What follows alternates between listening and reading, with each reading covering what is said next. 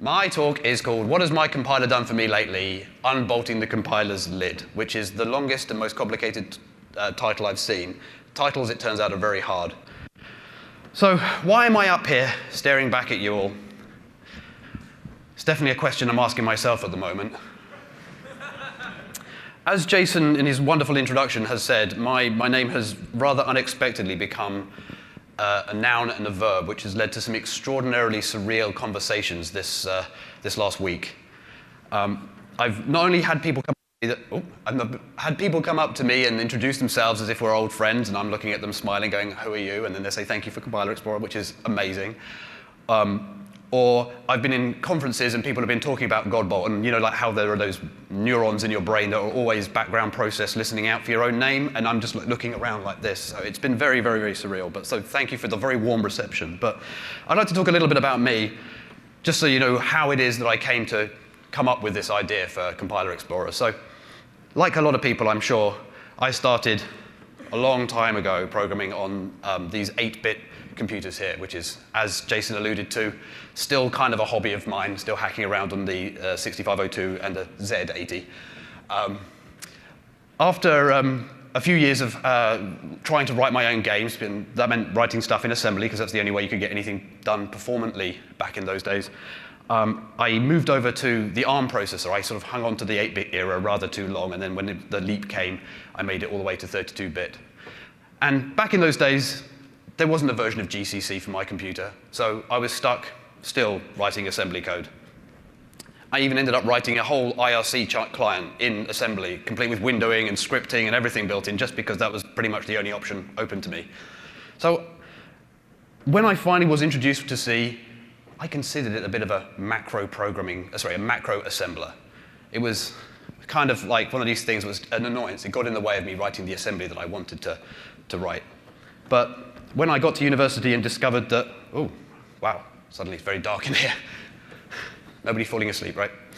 When I got to university and realized that the only way that I could actually write software that would run on more than just my one ARM computer that I had, I realized I had to learn C. And at that point, things moved on, and eventually C++ too. That led to me getting a job in the games industry where I spent 10 happy years, still kind of on the fence between writing assembly code and C code and maybe a bit of C++. After that, I had a dabble in writing C++ tools. So for those people who work on C++ tools, I have a huge amount of sympathy for you. The language is absolutely dreadful, and it's the worst thing to have to parse. So if you see anyone from JetBrains or anything like that, give them a good firm handshake, or anyone from Eclipse. I then worked at a small internet startup, and then I moved on to DRW, which is the company I'm at now, where I do sort of low latency stuff. So you can sort of say I've always stayed pretty close to the metal. So what about this talk? It's an amazing opportunity to speak to so many C++ developers, and I thought to myself, what am I going to do with this time? What do I love? What do I want to tell people about? I love assembly. You probably realized that from the last few slides. So I want to make sure that you guys are happy and aren't scared at looking at assembly. It's a useful thing to do, and you should be doing it. Not all the time, and I'm not saying that you should go out and learn how to write assembly code, or that you should even ever write assembly code, but you should be able to look at the output of your compiler and with some confidence know what it's doing. And when you do that, you'll appreciate how much work has gone into the compiler and how clever the compiler is. There's a lot of glamorous features that come out in the language, all these new metaclasses, Herb's awesome metaclasses ideas, reflection is coming, and all the template metaprogramming tricks that you can do with the compiler. That's awesome, but that's all in the front end. It's very important as well that the code that comes out the other end, the thing that actually is going to run on the computer, is efficient. Well, first, is correct, and secondly, is about as efficient as it can be. So the outline of this talk is that I'm going to give you a little bit of a backstory as to how Compiler Explorer came about. I want to give you a very quick x86 assembly overview. I'm going to ask the question, what has my compiler done for me lately? Which is just to say, I'm going to look at some of the optimizations, some of the cool optimizations that compilers do. Now, of course, these are all going to be slide examples, so they're all totally contrived, but hopefully it'll whet your appetite for it. And then I'm going to talk a little bit about what happens when you type into my website, what's happening behind the scenes to give you your code results back in front of you.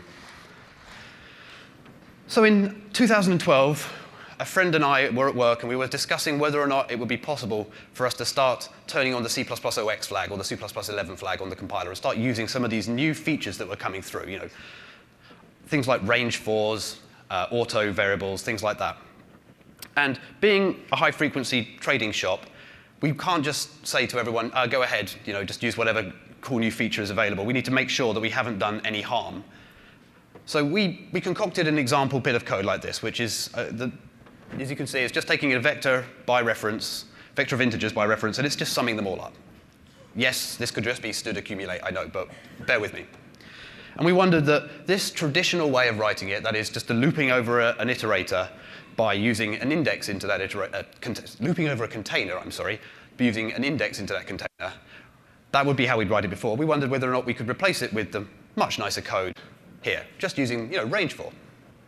We'd been bitten before by other languages because some managed languages in particular that we had some experience with will construct iterators in order to iterate over a container like that. And that would generate garbage, and ultimately things would go on behind the scenes. Obviously, C++ doesn't have garbage to worry about, but we just didn't know. We would like to check, we should test these things. So which one of these is better than the other? And that will be kind of like the leg into me talking about how Compiler Explorer came about. And if my clicker works, we'll go to the next one. So before I get into a whole bunch of assembly, we're going to sort of give you at least enough information to know about how to read assembly. I'm going to give you a big warning here. It's really beguiling to stare at the output of your compiler and start to kid yourself that you can see what it's doing and know instinctively that this is better than that, or this other thing is best, or like there are fewer instructions, and so it must be faster, things like that. If any of you were in here before for Chandler's talk, he gave just a tiny glimmer of the kind of complicated things that are going on inside a modern processor, and you really can't predict. So while you can obviously develop an intuition about what's going on, you should always measure. You should definitely use something like Google Benchmark or one of the other benchmarking libraries that's out there that have done their best to try and make it as bulletproof as possible, although micro benchmarks have their own problem.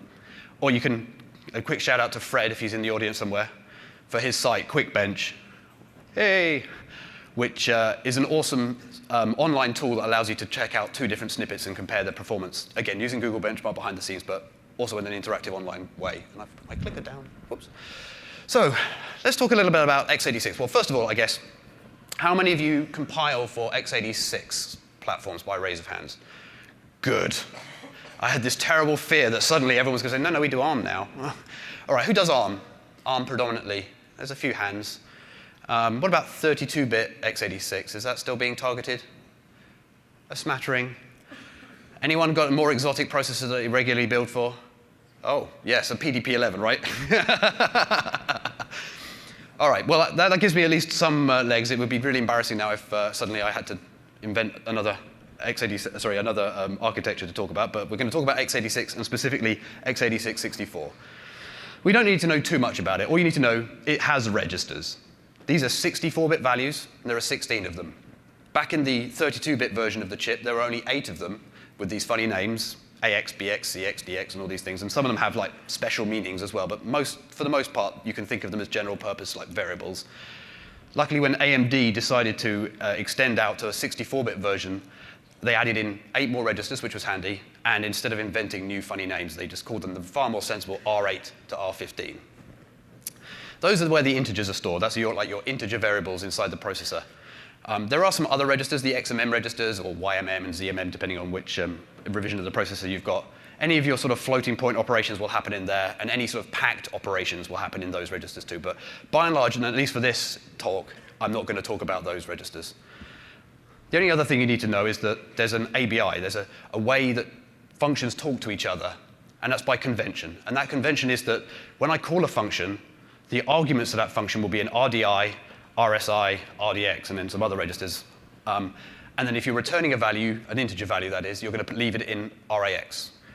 And there are rules about which registers you're allowed to overwrite and which registers you have to preserve. But if you're not writing assembly, you don't need to know. So that's kind of like our ABI for talking between functions. Now, registers, as I said, are 64-bit, but they have all these different names. So I've given RAX as an example here, but this is true also for RBX, RCX, all the other ones, and even R8 through R15. If we put an R at the beginning, we mean the whole 64 bits of the register. If we say EAX, we mean a 32-bit version of the register. And we just get the bottom 32 bits. And for complicated reasons, if you write to EAX, it zeroes out the top 32 bits. That's not true of AX, AH, and AL, which are these names for the bottom 16 bits and then the 2 bottom bytes, which are kind of legacy. I mean, this is kind of how Intel have maintained backwards compatibility right back up to I think the 8088, by having essentially just adding on these, widening the registers and giving them new names each time. Once you've got registers, you have to do things with them. So that's when we finally get to talk about instructions. So instructions can take anywhere between 0 and 3 operands. And unlike Chandler's talk, I'm using the Intel syntax here. So I had a whole routine done on for like tabs v spaces and things, but I didn't realize it was going to get that much of a clap. So yeah, by show of hands, who uses Intel syntax when they're looking at assembly? Oh, okay. And who uses the AT&T syntax? Oh, good. I thought I was going to make some enemies today, but this is why GCC Explorer, Compiler Explorer, listen to me, Compiler Explorer has Intel assembly by default, because it makes sense. And because I grew up, and everyone else is wrong, I'm sorry. No, because I grew up, again, with ARM and 6502, and they all have like the destination on the left-hand side. So if you see anything on my slides, the destination of the instruction is going to be the left-hand parameter. So operations can be things like call, return, add, subtract, exclusive or, and, or all those kind of bits and pieces. And then sort of uniquely to x86, well, not uniquely, specific to CISC-type machines like x86s, those destination and source and registers, things that are up there, don't have to be registers. They often are, but they can also be references to memory. And being as complicated as it is, the reference to memory can actually be more than just a memory address. We get this huge set of options at the bottom here. We get like a base, which is a constant. We can pick another register and say, add that register to it. And then we can also pick yet another register and add a multiple of 1, 2, 4, or 8 to it. Obviously, this is handy for things like arrays, because you want to have a pointer to the beginning of the array, and then you want to get like the ith element. You're going to put I in one of the registers, and then you're going to multiply it by 1, 2, 4, or 8 to kind of move it forward that number of bytes. So that's really powerful.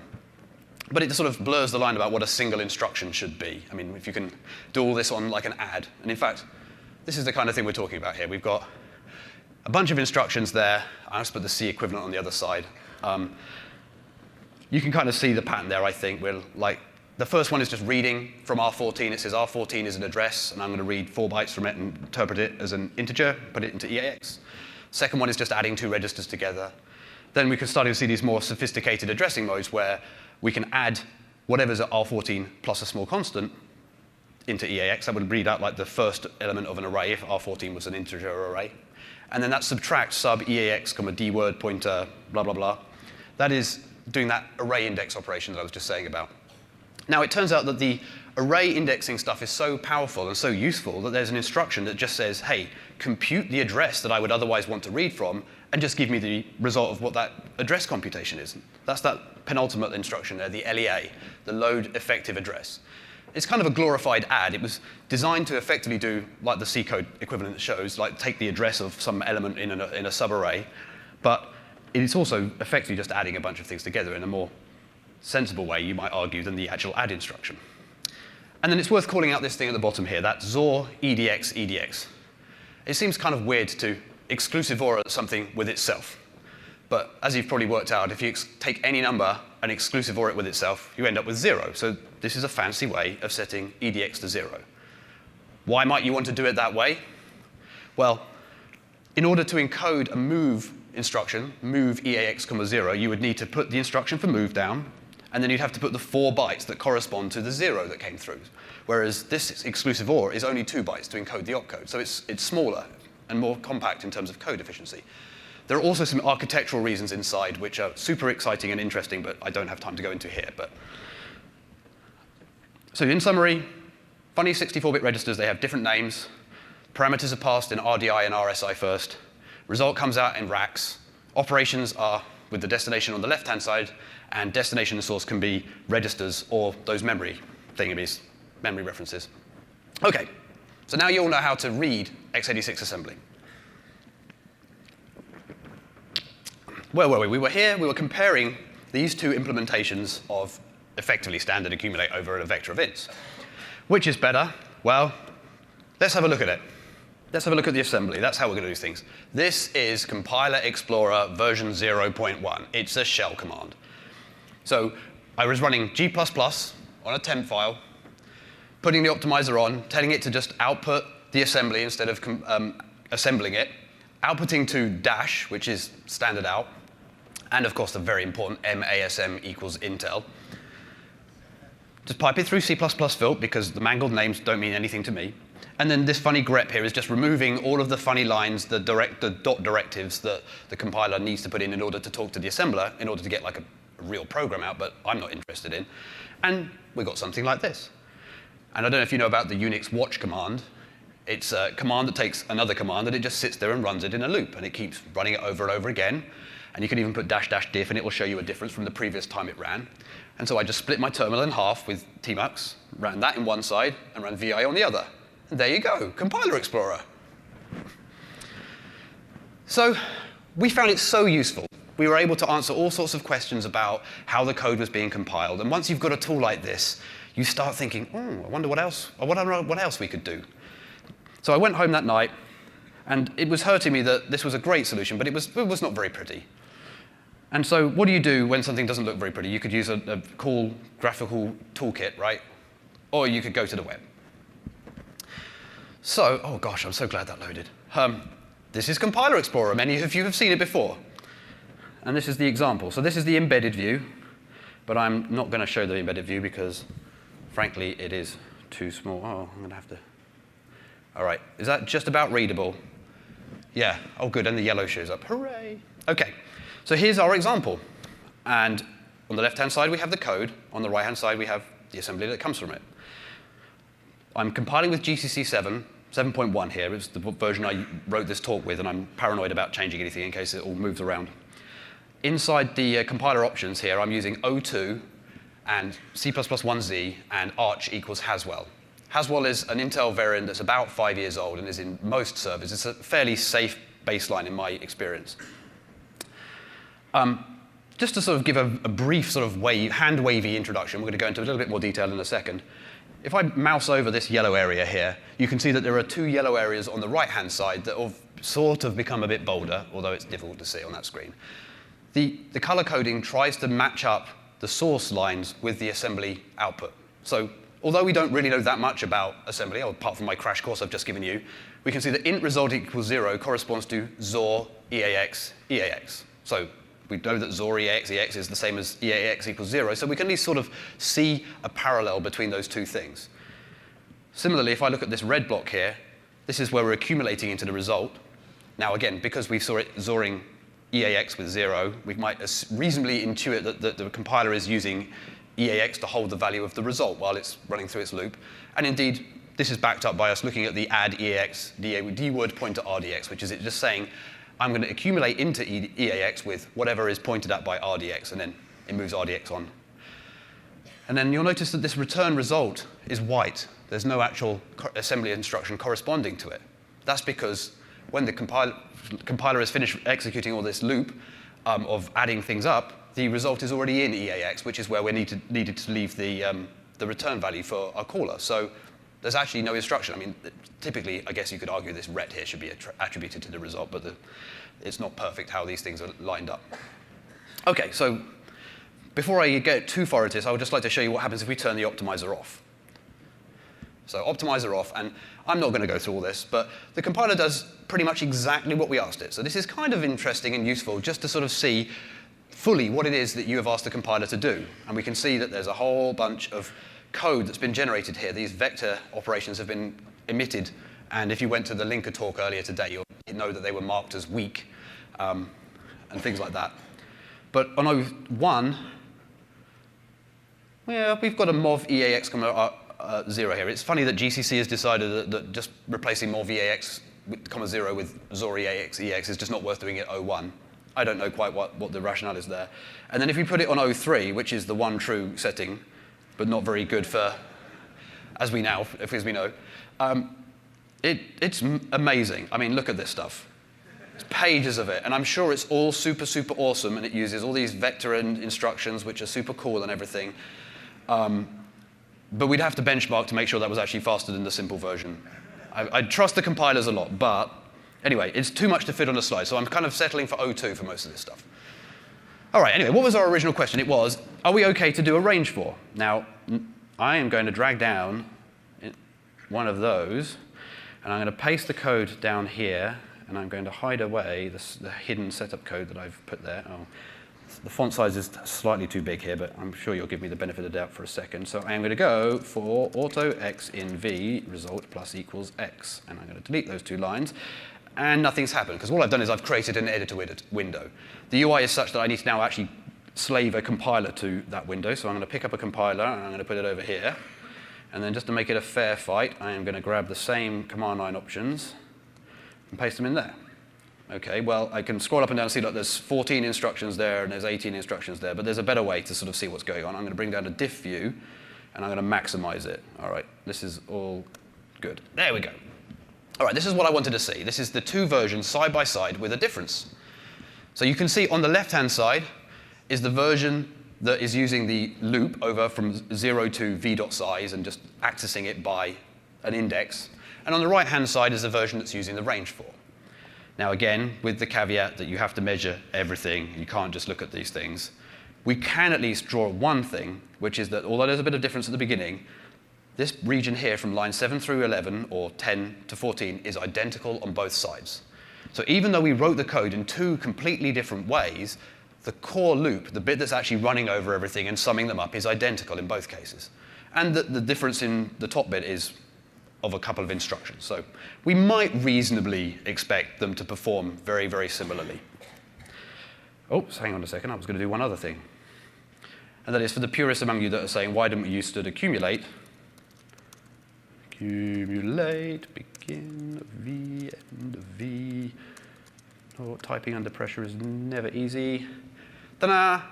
Now, if you were eagle-eyed, you'll spot that that's absolutely identical, give or take one reordered instruction from the handwritten for loop. So use your standard algorithms, I think, is the takeaway there. Let's just quickly take apart that code. So this is an example of how, if I were reading some code, I would take it apart and try and intuit what's actually going on and why they're different at all. So if you remember, we're taking a vector of integers by reference. Now, there's no such thing as a reference in terms of the hardware. It's all pointers as far as the process is concerned. So effectively, what we've done is we've passed a pointer to a vector of integers to this function. The first parameter, the first and only parameter, will be in RDI. And you can see these first two instructions are reading from RDI and RDI plus 8. Now, it would be easy for you to sort of fall into the trap of thinking that RDI is pointing at the list of integers itself. It isn't. It's pointing at the vector. And in at least GCC's implementation of the STL, this is what ultimately, if you boil through all the template stuff, you get to. And that is we've got a structure which has 3 pointers in it. The first pointer points to the beginning of the array. The second pointer points to the one past the end of the array. And the third pointer points to the end of the allocated region of storage for that particular array. Sorry, vector, I'm saying. So that means that we can have more space than we're actually using. And as you know, vectors will grow to fill the amount of space that they need. And they will shrink down. Well, they won't shrink down unless you ask them to. Sorry, I'm getting carried away here. But the interesting thing here is that the size itself is not encoded inside that structure. We just have 2 pointers. This will become interesting. So here is the difference bit. The difference bit? Here are the bits that's different. On the left-hand side, we've got the traditional range-based, the traditional counting-based approach, and on the right hand, we've got the range-based approach. Those first 3 instructions on the traditional side, the sub, the mov, and the shift right, are effectively taking the end pointer and subtracting it from the begin. That tells us how many bytes are there between the beginning and the end of our vector. And then that shift right by 2 is dividing it down by 4. You know, if you shift anything right, you're going to be dividing by 2, and if you shift right twice, you get a divide by 4. So what we've effectively done there is, that's the size call. So the size call's been made, and we now know how many elements there are in our vector that we're going to be iterating over. Implicit in that shift right is a sort of comparison with 0. So if we got a 0 result, the equal flag flag will be set, and that JE, jump if equal, will disappear off to L4, which is the there was nothing to do, just return 0 part of the program. So far we've said, is size equal to 0? If so, we're done. Great. So now we might reasonably expect it to use that while it counts up until it hits the end of the, like counts and loop iterator until it hits that size. But something interesting has happened here. The compiler has realized that we never used that index inside the loop, and that we're just reading an array one after another, and it's basically gone in and rewritten the whole thing for us in terms of generating a pointer to the end of the array and then walking a pointer forward through the whole array. So it now needs to know where the end of the array is, which we all know is actually in, or was in, RCX at the beginning. The compiler has unfortunately not noticed that, and so it's had to add RDX back into RCX in order to reconstitute the end pointer it had to start with. Unfortunate. And then it sets the result to 0 there. So a little bit of extra work's happened here, and I mean, there are probably some compiler writers here. You could probably, I don't think I'm speaking out of turn to think that that could be optimized by the compiler. I don't know if there's anything, oh, there's a note there, Piotr.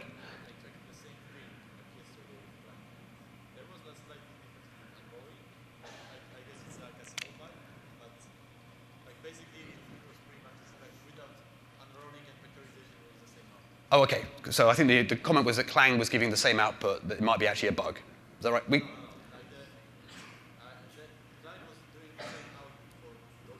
I see.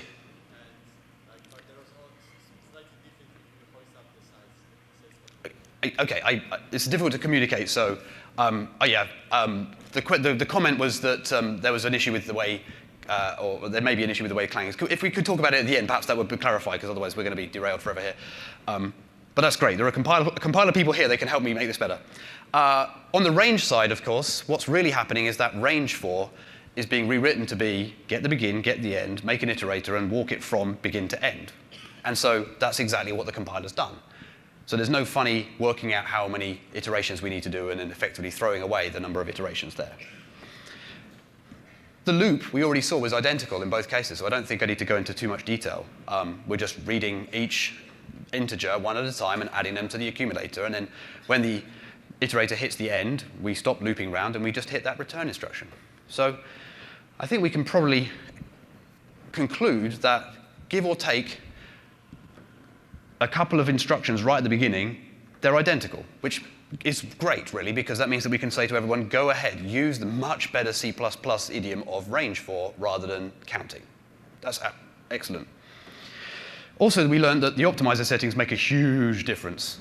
And in fairness, I haven't actually compiled the two versions with O3 and spent any time working out whether or not there's some other thing that changes if we try counting versus the range thing. I'm not sure that we would, but it would definitely be worth checking. And of course, you would benchmark it if it really mattered to you. And we saw that standard accumulate is identical, so we should really just be using standard accumulate. OK, so that's an example of the kind of things you can do if you start sitting down and looking at code, and as I say, you start discovering these amazing things the compiler does for you. So the first thing I'm going to talk to you about is multiplication. Again, as I said at the beginning, these are all slide examples, so they're all necessarily very small and very simple, but they're pretty cool. So this is what a multiply x by y routine looks like. Pass in two things, x and y. EDI will have the first parameter, ESI will have the second parameter, and we need to get the listen to me, the multiplied version into EAX out. And this is what the compiler emits. That's cool. But can we do better than that? Multiplication, if you remember from grade school, looks something like this. This is a 4-bit multiply done by hand. I'm sure there are much cleverer things that go on inside the processor, but ultimately there's a lot of adds happening. And this is only a 4-bit multiply, so there's going to be 4 adds in the middle. So on a Haswell, where you're going to be running at least a 32-bit multiply most of the time, it's a miracle that they can get that to happen in 4 CPU cycles. Now, a CPU cycle is roughly a third of a nanosecond, so just get that into your head, right? We're still talking about something which doesn't take much more than a nanosecond, so it's crazy. But an add is 1 cycle. So maybe there's a faster way of doing this. Or maybe my clicker will work. There we are. What happens if we happen to know that we're multiplying by a constant? We know it happens all the time. You might be walking an array or getting the ith element of an array, and you need to be able to multiply by the size of the object. We might reasonably expect it to use that shift. There's a shifter where we can shift up by a power of 2. Sorry, shift up and therefore multiply by a power of 2. So we might expect it would shift it up by 1. Let's check. Oh, no shift. It's that funny LEA instruction. Like I said, it's a glorified add. You have to think of it as an add. But the cool thing about LEA is that you can have a different destination from the source, whereas the shift on x86 is in place. So it's avoided an instruction here just to move things around into the right place, and instead it said, OK, add RDI to RDI, great, and then put the result in EAX. We're done. Brilliant. What about some other numbers? Surely it's going to need a shift if we make it 4. Well, no, because we can use the LEA again. All right, well, now we know that the LEA instruction can do 1, 2, 4, or 8. So there'll be no surprises in store for us here, and there actually aren't. If we go to 16, we're going to see it using those shifts. And there you can see the 2 instructions that it would otherwise had to have used if it was just using shifts alone. Now, again, if anyone who's at Chandler's talk, you can see how clever the processor is at moving things around and reordering them. It's very, very clever, but it's still worth it to not have 2 instructions through your pipeline. But what happens if we do something like that? OK, it's given up on us. So there's obviously a limitation in the compiler. Compiler writers are not as clever as they make out. I know that oh, no, wrong one. Sorry, I need to do this. I know that I can build that multiply myself. I know that 65,599 is 65,536 plus 64 minus 1, right? So that kind of, I can build it out of those operations. So I'm going to do that, and I'm going to make better code than the compiler. I know best. Oh. Well, that's awkward. So yeah, it turns out the compiler is smarter than me. No surprise there. So not only is it smart enough to know that the multiply is faster than all the shifts and adds and subtracts that it would otherwise have to do, it has worked out that my sequence of shifts and adds is actually equivalent to a multiply, and it said, well, I'm going to save you from yourself here. That, of course, is only true on more modern processors. So if we go back to the golden age, let's go i486. Yeah, you see? I am still channeling Michael Abrash's big book of awesome optimizations, and I can still write better code than the compiler. Well, no, still. If I turn this into the multiply that it really should have been all along, the compiler is actually even smarter than that sequence of instructions. I have no idea what it's doing there. I haven't bothered to work it out. So I think the answer really is let the compiler do the things for you. It's going to be smarter than you. And I guess as a sort of secondary thing there is like telling it what architecture you're targeting is probably important as well. I mean, I don't think multipliers have been that slow for a long time, so I think you're safe on this particular one, but always take a look. All right, that's multiplication, and multiplication with a constant as well, so it's a bit of a special case. What about division? If you hated doing long multiplication as a kid, you probably, like me, loathed doing long division, and processors don't like it any much more than you.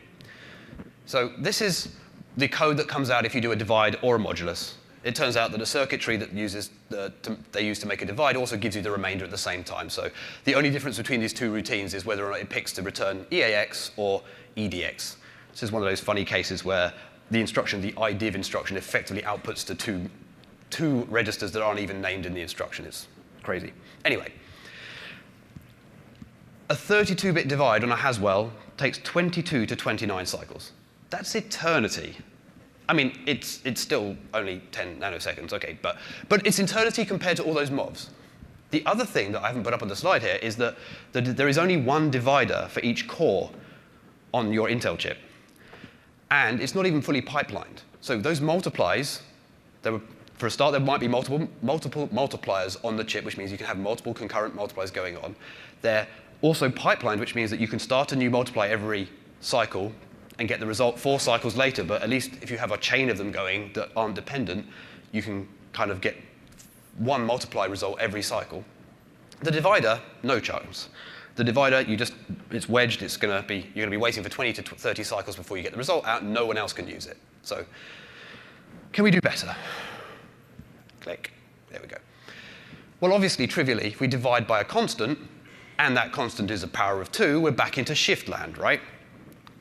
So I have moved over to using unsigned numbers here just to avoid extra code, but you can do this trick with signed numbers too.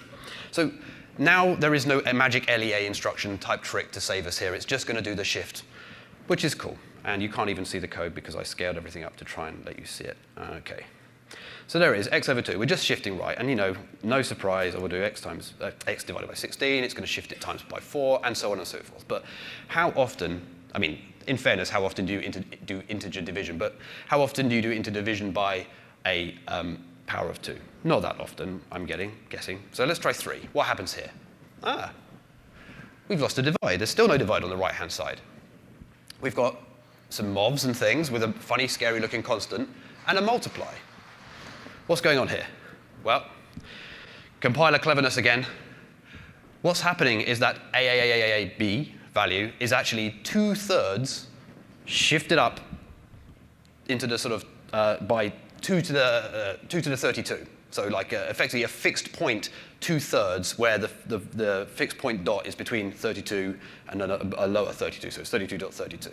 So if we multiply by it, we get the answer out, shifted up by 32 bits. And then if we just discard the bottom bits here, which is what that mov-ex is doing, then what we've got is the answer with a fixed point multiplied by 2/3. And then we halve it. So why are we multiplying by 2/3? Well, it turns out that in order to cover the entire range of an integer, an unsigned integer at least, there's just one fewer bit to do it by 1/3 directly. You have to do it by 2/3 and then shift it down. And there are some very well-published algorithms for determining the exact sequence of operations you need to do in order to cover a particular range of values in a particular way. And I saw some copies of was it bit hacks or whatever. There's a book. I saw some outside in the library earlier. Oh, that's great. Sorry, cancel. I've been clicking report problem, but nothing seems to happen. So anyway, that's division. So if we've done division, we ought to look at what modulus does. And modulus is effectively just a divide, so that the bit that's grayed out at the top there. It's a bit that's, we do the divide, and then we just multiply it back up again by 3, and you'll see it's using the LEA instruction here to multiply by 3 by adding it to itself times 2. It's quite clever. And then it's subtracting it from the original number, and you get the remainder. So why am I banging on about moduli, moduluses, modulant? Well, they're used in hash maps, which is everyone's favorite container, right? So if you've got a hash value, you've probably got a 64-bit number that's come out of you, like doing whatever crazy operation on your string. And now you've got your 1,021 buckets in your hash tree that you need to, your hash list that you need to start indexing from to look for the result. And the only way to kind of take your 64-bit value and smush it into the number of buckets you have is to modulus by the number of buckets, which is great, but we've just seen it's about the slowest thing you can do. Now, obviously, if you know ahead of time that your container is always going to have exactly 1,021 buckets, then you can write the code that does mod 1021. The compiler jumps in and goes, modulus by a constant, I'll generate that cool code for you, and you're done. But of course, most of the time in general purpose code, we don't know how big our sets and maps are going to be, our unordered ones anyway. And so there's going to be a dynamic number of how many buckets I currently have, and that's just going to mean there's going to be a divide in there. And that's unfortunate because hash maps are meant to be the fast thing. Again, we're only talking about 10 nanoseconds, but these things do make a difference. In fact, so much of a difference that libc++, after a certain point, gives up using prime numbers, which is like the good way of doing the number of buckets that you've got, and it starts using powers of 2, even though that's not actually like perfect, but for a sufficiently large number of buckets, it's probably okay. And at that point then, it just uses an AND trick to pick the bottom few bits rather than going into a divide. So obviously people are thinking about this, some smart people, some people are looking at me and nodding at the moment, so I'm assuming it's them. Some people are thinking about this kind of stuff. And in the case of, say, boost multi-index, there is an even cleverer thing where they have like a certain set of allowable sizes of the buckets. So they just know that we have 20 different possible sizes of the index, each of which is a prime number. And then instead of just modulusing by the actual size, they do a switch statement on how big is it at the moment. And they have case 1021, return hash mod 1021, or the equivalent. I think it's done by an ordinal value, but which means that, yes, you've got a big switch statement, and yes, the compiler is going to have to dispatch and jump to the right part, but when you get there, you're just going to do a couple of adds and a multiply. So it's obviously worth thinking about. People cleverer than me are thinking about this anyway. And that actually is relying on the fact that the compiler is going to do this optimization for them, right? You wouldn't write it that way if you didn't know that that's what was going to happen. Who went to Phil Nash's talk earlier? There's a few. Cool. I thought he was going to steal my thunder on this part. So there are a number of data structures for which it is convenient to be able to count the number of set bits in an integer. Now, who has ever actually had to do that? Oh gosh, actually a lot more than I thought. I mean, Phil's hands up, of course, but that's surprising. I thought I was going to give this sort of example. Everyone looked blankly at me like, why would we do that?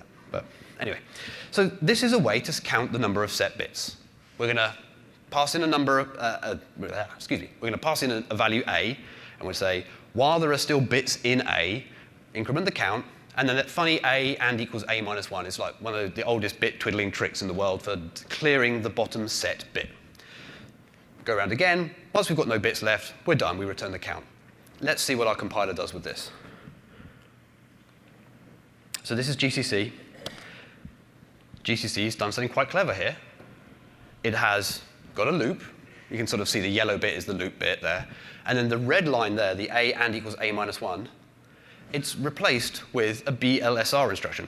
I'd never seen the BLRS instruction before until I actually prepared for this talk. And it turns out it's custom made for doing this operation. It clears the bottom set bit and lets you kind of put it into another register. So there it's just clearing the bottom set bit. That's pretty cool. So it's picked an instruction which does exactly what I want. That's super clever. Can we do better than that, though? I imagine there's some people stroking their chin at the moment. Oh yeah, we can do much better. So, turns out there is an x86 instruction whose only reason to be is to count the number of set bits. It's so common that people wanted it that Intel put it into the instruction set. Now, just have a think about what Clang must have done here. Like, there's no bearing on the right-hand side. There's no hint there that says, I am counting the number of set bits. There are some built-in pop count things that you can do, which tell the compiler, I wish to do this, and therefore the intrinsic will let you either emit the code that does this or the instruction if it's supported on the architecture I've picked.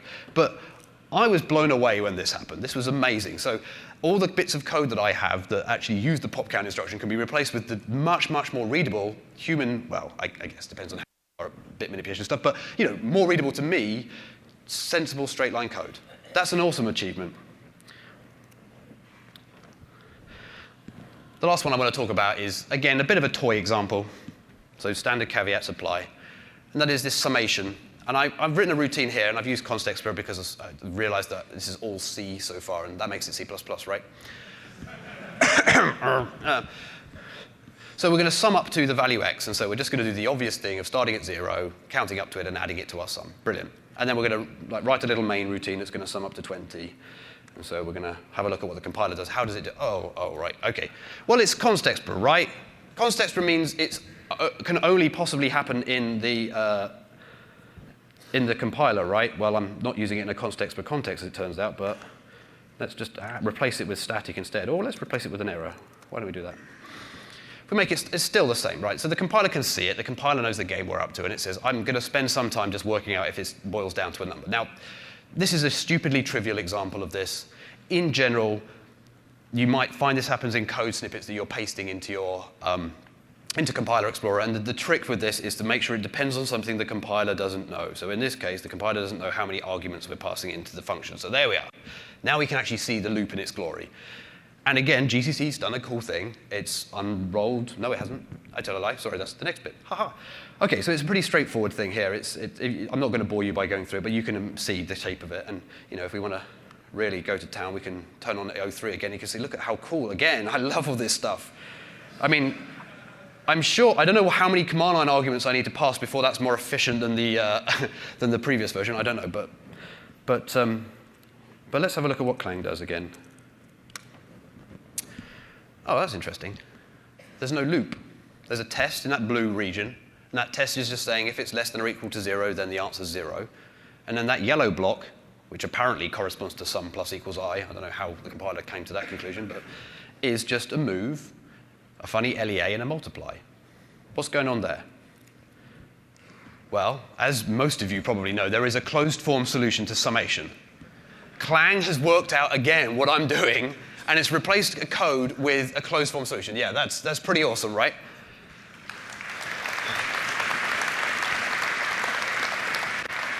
Even more interestingly, it hasn't actually used the thing that I always use, the x plus 1 over 2.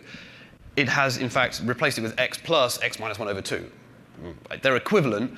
The reason being is that what happens if we passed in int max? Right? It would have worked. The loop version would have worked for int max, but it wouldn't have worked if we had to do x plus 1. We would have overflowed. It would have all gone horribly wrong. I mean, how you'd get int max command line arguments onto a function is another problem. But essentially, they've dealt with the overflow case as well. And it turns out you can tinker with that code quite a bit, and it will move things around and ultimately just give you a closed form solution every time. Just think about what that's doing. It's taken an order n piece of code I wrote and turned it into a constant time operation. There's another hand gone up here. Hi.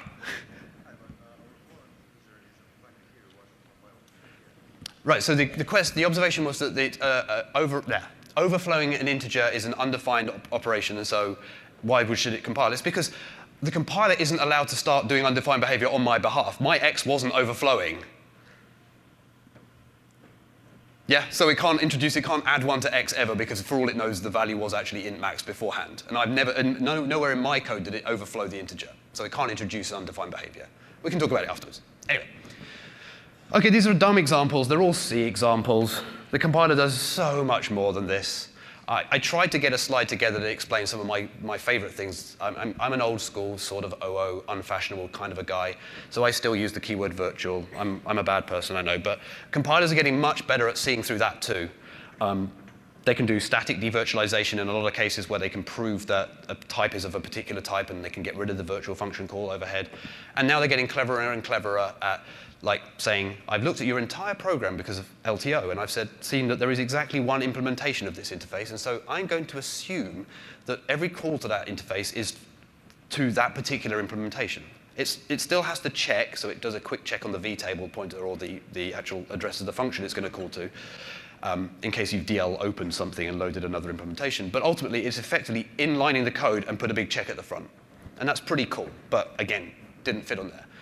And of course, the compiler's doing range analysis, and it's doing constant propagation, and it's doing things I don't understand. I'm not a compiler writer. I'm just the guy at the other end of the pipeline looking up in awe and wonder, going, wow, that's so clever.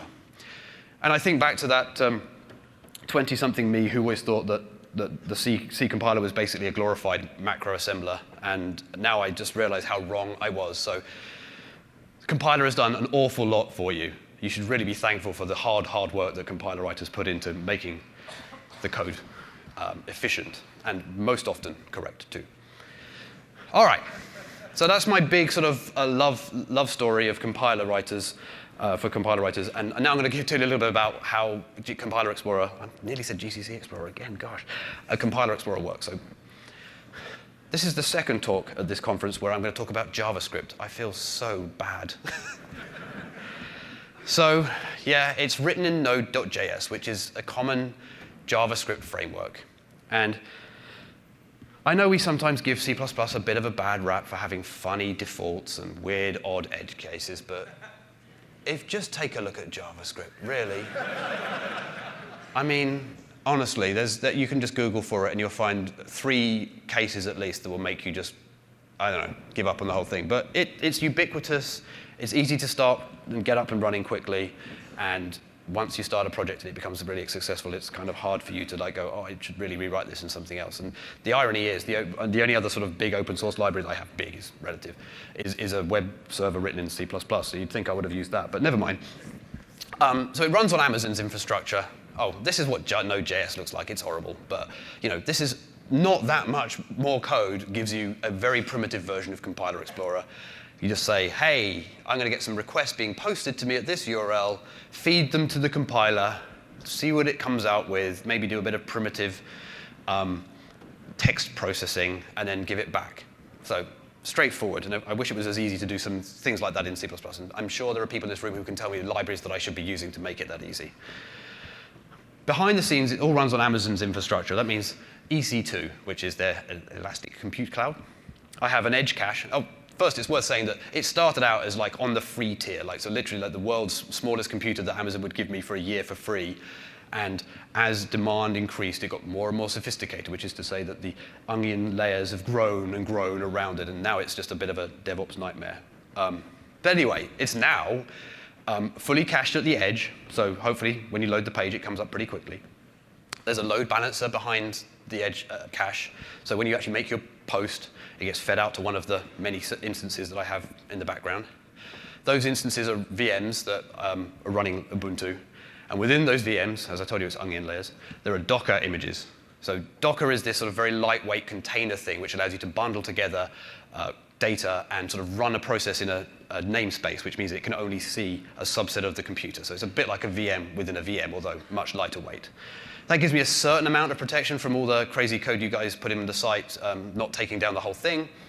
And it also gives me a way of like making sure I can run the exact binaries locally that are going to be deployed to the site. So most of the time, I don't break it when I update the site. And for a long time, I used to build all of the compiler images actually into those Docker images. And that started getting less fun when you get 40 or 50 gigabytes worth of compilers, and you try and build a Docker image for it, and then you have to try and push it to all of the nodes. And it takes like 10 or 15 minutes for a node to start up because it has to pull down all this data before it can even start. So I solved it with the cheesiest hack in the world, and that is I just have a big NFS mount that everything stands on, so it seems to work. The compilers themselves, as I say, initially I started out by apt-get installing them. So the Docker images kind of look like little VMs, and so you would shell into them, and then I'd have all these commands that would like sudo apt-get install gcc dash blah, blah, blah, blah, or whatever. That was great. It was very convenient. But then I was finding that the compilers that I'd originally put on the site for like Ubuntu 11 were being deprecated, and they wouldn't install on GCC 12 or 14 or 16. So I was keeping a container around just because it had some ancient compiler that I wanted to keep. And I want to make sure that the URLs that you guys are sharing around are always going to work, which is a whole other story. URLs are forever. Forget like any kind of radiation thing. It's like URLs stick around absolutely forever. So they're built through, now they're built through these Docker images. I spent quite a bunch of time trying to learn good practices for building compilers. And so I've kind of canonified that. It's all on my website, which I should link towards the end. And they're built in Docker images just because then I have reproducible builds, which is something I'm very passionate about. I want anyone else to be able to clone this down and be able to build the same compiler that Compiler Explorer is using. And more to the point, actually, once I've built them, I chuck them on S3, and they're marked public. And I keep getting emails from Amazon because there have been a lot of people recently who've discovered that they have public information on S3, and they didn't mean to. Well, I actually mean to. The reason that they're public is that you can actually run a shell script, and if you have enough hard disk space, you're going to get 40 gigs worth of open source compilers dumped onto your hard disk, which is cool, because then you can run your own local instance of Compiler Explorer if you don't want to ship your code to me, for example. Now, that's the open source ones. Very kindly, Intel have provided me with licenses as well for ICC. They're somewhere else. And the Microsoft compilers also currently run via Wine, which is a bit of an admission of my lack of understanding of how to administrate Windows more than anything else. So I'm glad to say I've met up with Andrew and some of the other Microsoft folks who are going to help me, and we're hoping to get some proper support for the Windows compilers into Compiler Explorer soon. So that's a really exciting thing that's coming up. Oh. Thank them. And, security. Well, I only got an email this morning, actually, from someone who thinks they've hacked my site, and maybe they have, I don't know. Turns out a compiler is a gigantic security hole waiting to happen. It's a huge attack vector. Compiler writers are awesome, as I think I've already said enough times. They're not really security experts, and they don't have to be, right? They're on a trusted system. But I had no idea how many ways there were to inject code into a compiler. You think a compiler just builds the code. I'm not actually executing it, right? But GCC has a plugin architecture. You can supply -f plugin and point it at something which is load as a dynamic library. So if you can cause the compiler to crash, but having written the file somewhere, and then my cleanup code doesn't work immediately, then you might be able to guess the path of it, and then do another compile with -f plugin equals blah, and then you're in. Only happened once. Also behind the scenes, GCC uses something called specs files, which I don't claim to understand, but seems to be part of the processes, the many pipelined processes that comprise a compilation, from the preprocessor through CC1+, through the AS assembler, and all that kind of stuff. And essentially, it's a set of shell commands to run. And of course, you can say, actually, I'd like you to use my specs file over here. And again, you're back in the same world, where as long as you can write a file somewhere on the disk that says run I don't know, netcat or something, then you're in. Now, I sort of started down a route of trying to harden everything, and then eventually I came to the conclusion that there's just no way I can make it completely bulletproof, and so I've accepted that the principle of what's the worst that can happen, it should apply. And that is, you could hack one of my nodes, and you can take down the Docker instance, and even if you don't get out of the Docker container, the worst you can do is stop it from running, and then something else will come and kill the process, and it'll start up again. So hopefully that's not too bad.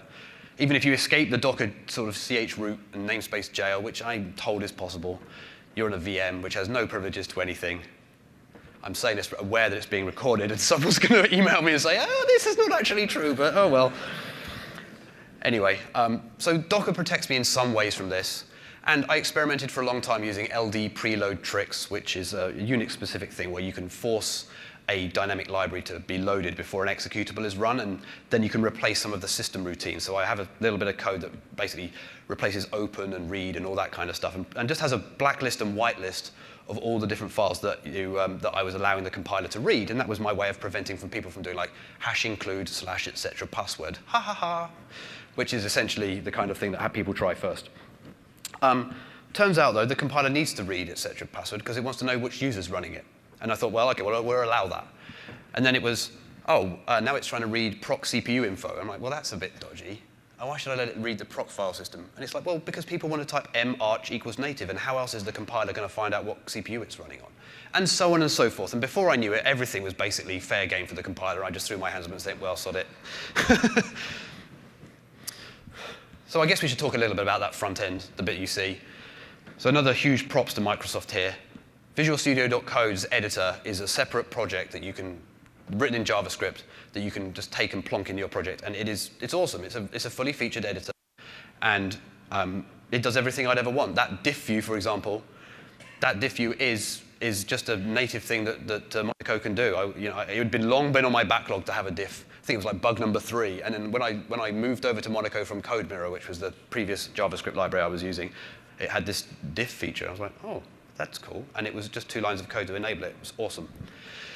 And then the funny sort of drag and drop thing that I see other people wrestling with, which is more of a testament to how rubbish I am at user experience design, is golden layout. And I'd like to, thanks to both the teams behind those things, it's awesome that they've open sourced those things that made it very easy to sort of like copy paste the website together.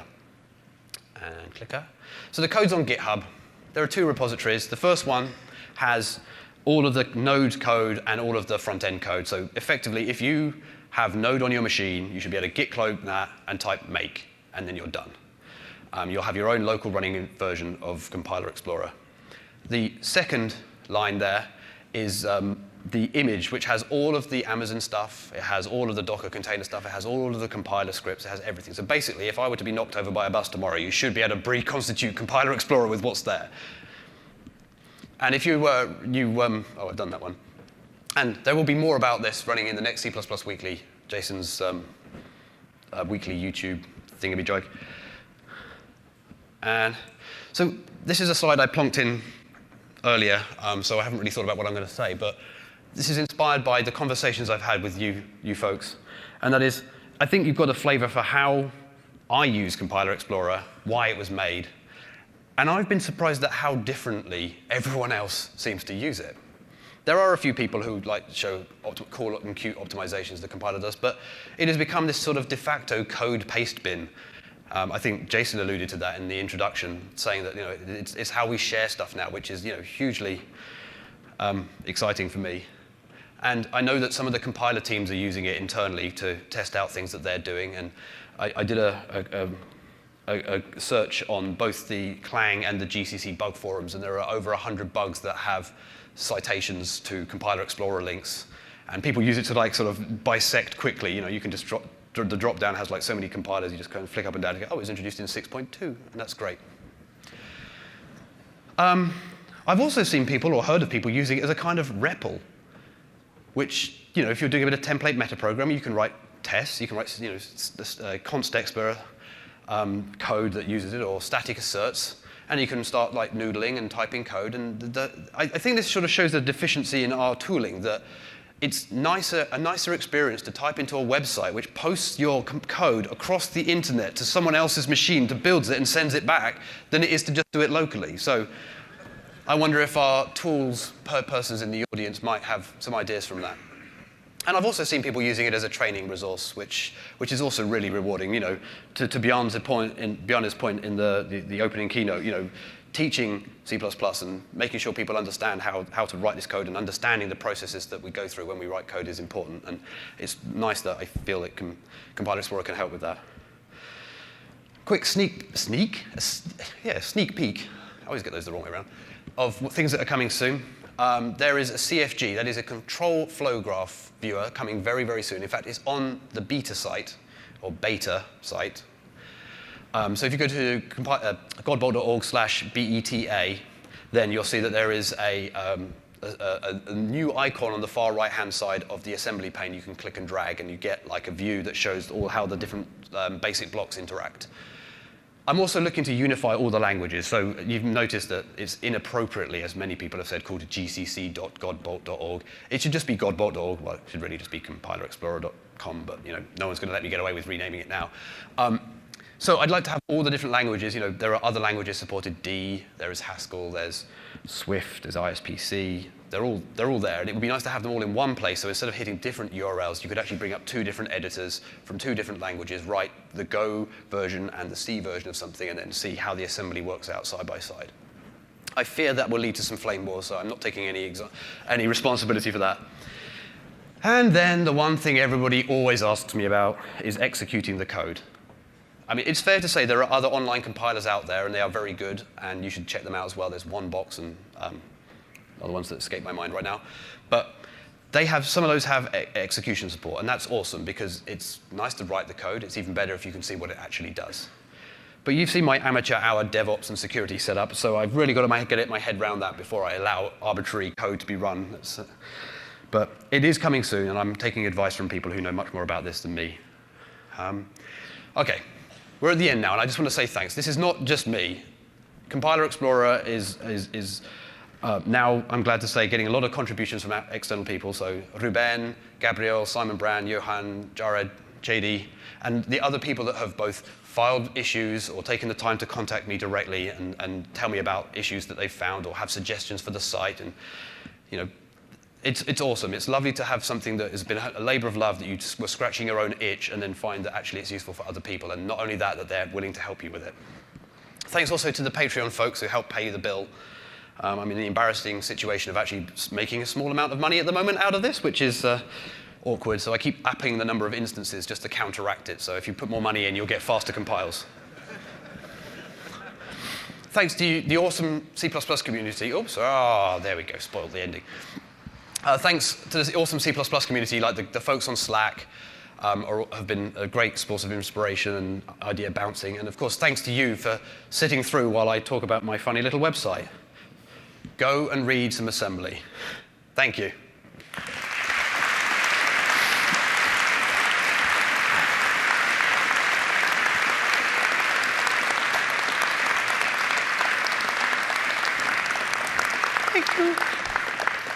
We've got time for some questions until I'm told otherwise. So yeah, hi. Can you go back to the slide where you showed the summation or the equation? Oh, you're going to find a hole in my amateur maths, yeah. Somewhere in here. Hold up. You'd think it would stick out like a sore thumb, right? There it is. All right. Yeah, so the interesting thing is that actually, like the client transformed this to have this like x minus 1 because it's worried about overflow, but the multiply can also overflow. Like, because the whole thing cannot overflow. Right. Right. So, like, if you look at the assembly, you'll see that it uses some very weird instructions, and actually, in a compiler, it models it as a 33 bits. Ah. Yeah. Oh, I see. Well, there's somebody who actually knows what they're talking about. Yeah, I hope that 15.6 MSVC will also have this. I don't know. We've got some MSVC folks in here. Thank you. I guess on this side. Hi. I actually had a question about scope. Other tools that I've used is like a pastebin for code, provide external libraries like Boost or Ranges. Any plans, or is that even in scope for this project? Let's have a look. Hang on. Just the other day, some kind soul. Oh, look, thank you, Twitter. Oh, go away. Never do things live. Let's go to the live website. So we now have a relatively straightforward way of adding libraries in, and I'm glad to say Abseil is one of the most recent ones that we put in. That is awesome. So thank you, Google, for the heads up on that. Thank you. I guess, hi. Hey.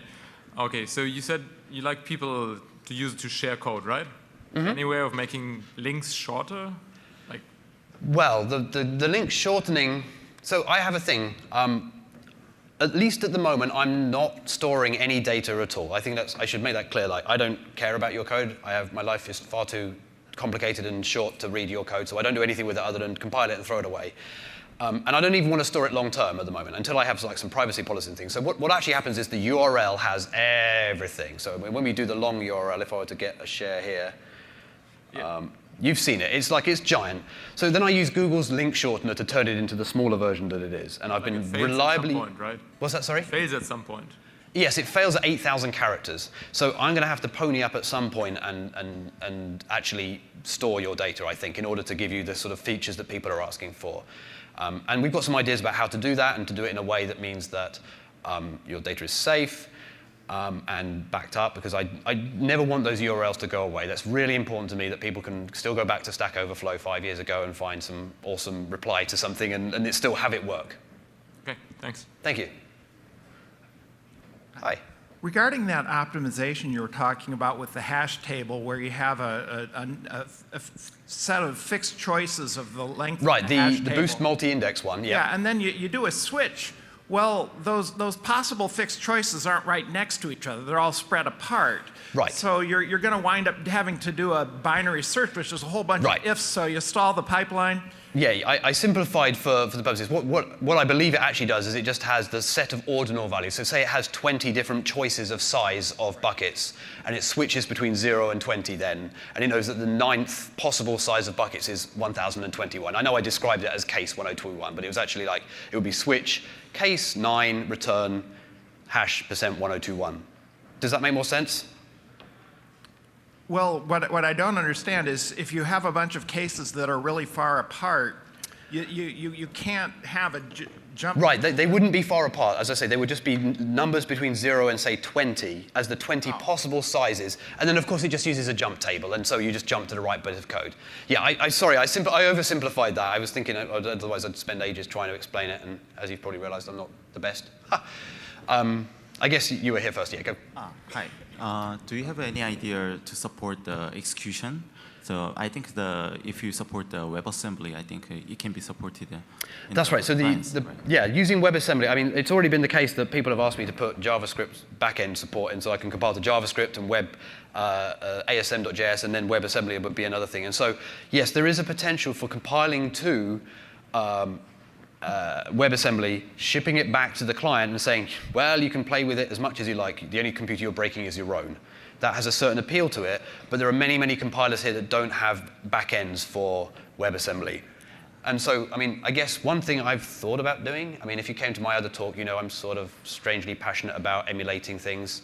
And if you've ever seen it in my YouTube videos, I also love talking about microarchitecture and how the internals of processors work.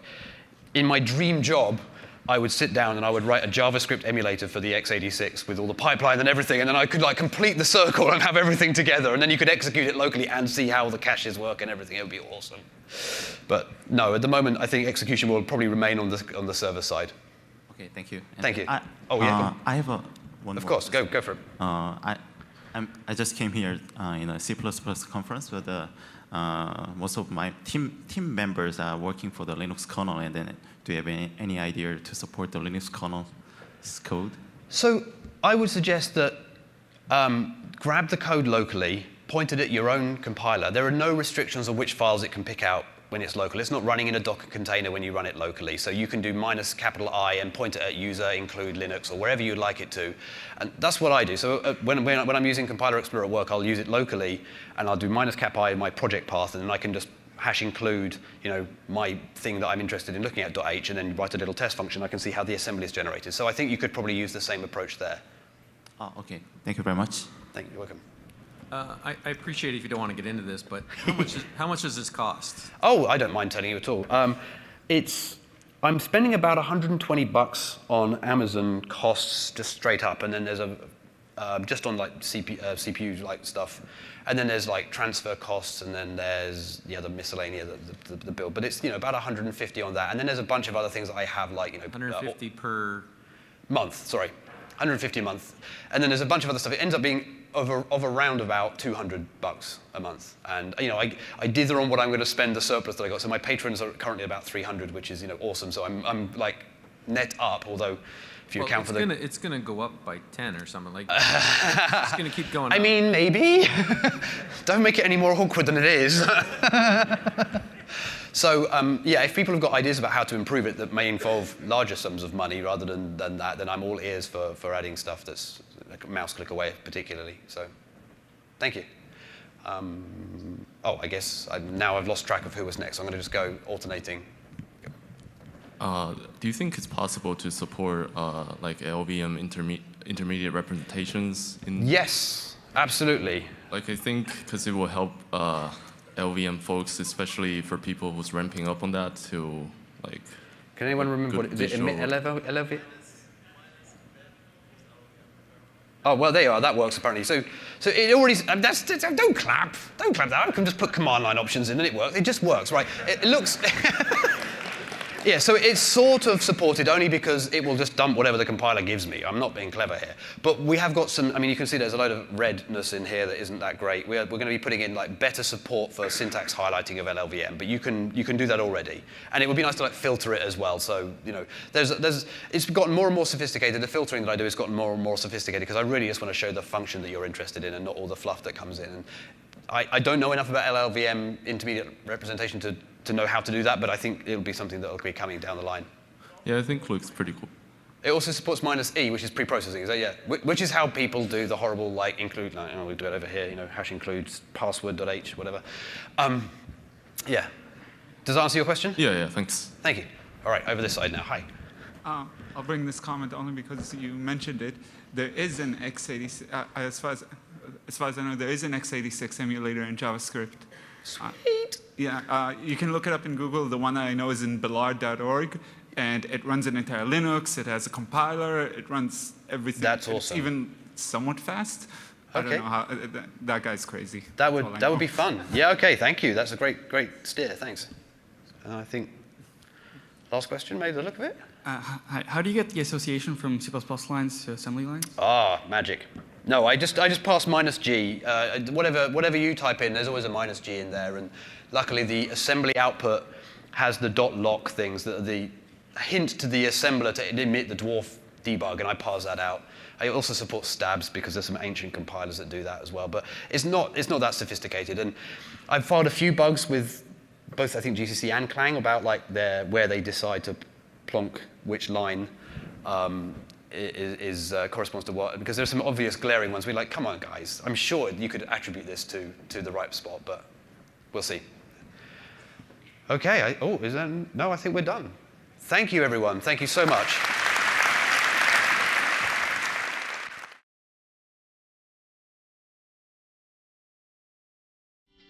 Bash Films can shoot your event with multiple cameras, link to presentation slides, add titles, and edit your event live for a full broadcast experience. How is this even working? So this is actually a more interesting program to look at in a lot of ways.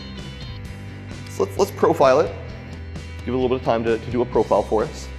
Let's see exactly what it is that's making this faster or slower based on the different inputs. You can really gain a lot of insight by actually looking at the profile like this. I worked at Sesame Street. I got brought on to be a writer's assistant on a show called Sesame Street English, which was to teach English to kids in China and Japan. It seems very simple, the shows that they put together, but it's actually really hard to design a show that is not only for young kids, but also the parents. Confession like this is therapeutic. I hope you all get something out of this, but if you don't, the therapy will have been good for me, so thank you.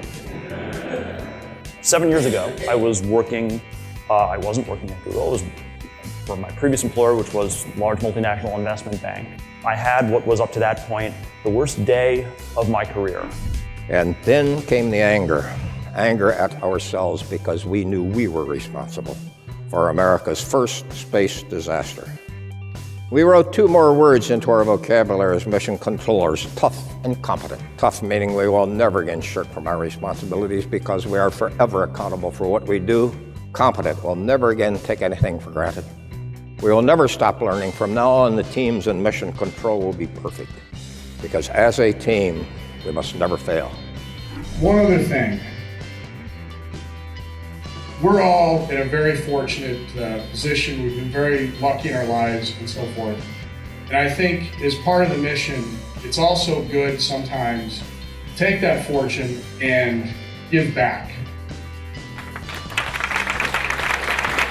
To make sure that you take this platform and use it towards worthy causes. That's good karma. That's good stuff in the universe. We understand that your event will have needs that are specific to your organization. Please email or call us directly to discuss your particular event. We look forward to discussing your goals and helping make your event a success.